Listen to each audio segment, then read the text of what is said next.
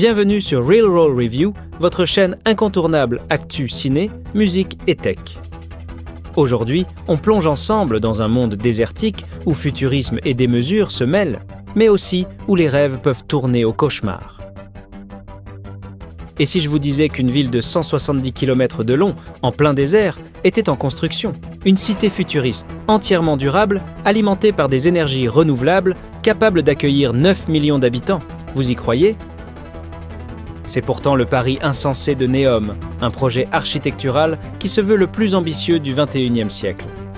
Mais que se passe-t-il réellement derrière cette utopie?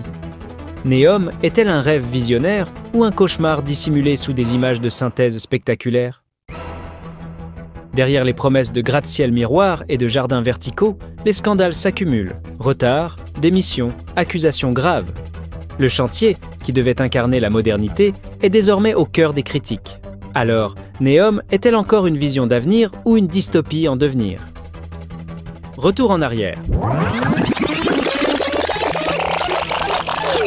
24 octobre 2017, à Riyad, Mohammed Ben Salman, jeune prince héritier saoudien, surprend le monde avec un projet pharaonique. Vision 2030, un plan de développement économique destiné à libérer l'Arabie saoudite de sa dépendance au pétrole. Neom en est la pièce maîtresse, une zone économique de 500 milliards de dollars financée par le gouvernement, le fonds souverain saoudien et des investisseurs internationaux. Mais que promettait Neom au juste? En 2022, les premières images révèlent The Line, une ville-ligne longue de 170 km bordée de 2 gratte-ciel parallèles recouverts de miroirs. À l'intérieur, des centres technologiques, un système ferroviaire ultra rapide et des habitations entourées de verdure. Une ville durable, 100% alimentée en énergie renouvelable, qui devait accueillir 1,2 million de personnes d'ici 2030 et 9 millions à terme en 2045. Et ce n'était qu'un début. Neom comprenait également une île de luxe, une station de ski dans le désert et une ville en forme d'octogone. Mais est-ce vraiment réalisable? Car le projet a rapidement montré ses limites. Comment construire une ville futuriste quand le coût dépasse les 7000 milliards de dollars? Mais pourquoi une station de ski en plein désert? Cela a un lien direct avec les ambitions sportives de l'Arabie saoudite. En 2022, le pays a surpris le monde entier en étant désigné pour accueillir les Jeux asiatiques d'hiver de 2029. Oui, vous avez bien entendu, des Jeux d'hiver dans une région désertique. Pour cela, une zone montagneuse sera aménagée avec des pistes de ski artificielles créées grâce à de la neige artificielle dans la région de Trojena, au cœur du projet Neom. Et ce n'est pas tout. En 2034, l'Arabie saoudite sera également l'hôte de la Coupe du monde de football, un autre projet phare de Mohammed Ben Salman pour positionner son pays sur la scène mondiale. Ces grands événements sportifs viennent renforcer son ambition de transformer l'Arabie saoudite en un hub touristique et économique mondial, rivalisant avec les plus grandes nations. Mais à quel prix? Même pour un pays riche en pétrole, la facture est salée. Résultat, The Line a été drastiquement réduite. Selon Bloomberg, elle ne mesurerait plus que 2,4 km à l'horizon 2030, de quoi donner l'impression d'un mirage qui s'effondre. Et les scandales, eux, ne s'arrêtent pas là.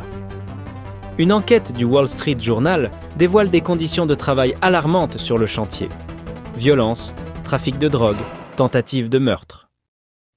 Les ouvriers, environ 100 000, travaillent dans un environnement qualifié de dangereux par plusieurs sources.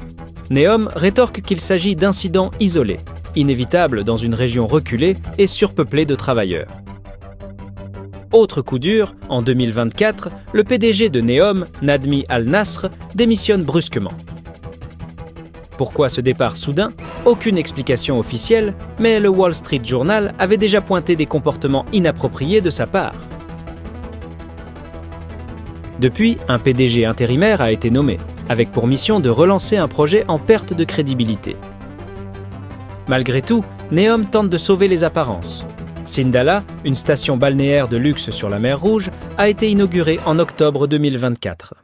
Ce premier fragment du projet se veut la preuve que Neom avance, mais est-ce suffisant pour convaincre? Alors, Neom, projet visionnaire ou illusion coûteuse? Le pari fou de Mohammed Ben Salman peut-il encore se concrétiser? À vous de juger. Et vous, qu'en pensez-vous? Rêve futuriste ou projet voué à l'échec? J'ai hâte de lire vos avis dans les commentaires. N'oubliez pas de vous abonner pour ne pas manquer les prochaines vidéos, de liker si vous avez apprécié et de partager avec vos proches. À très bientôt pour un nouveau sujet captivant.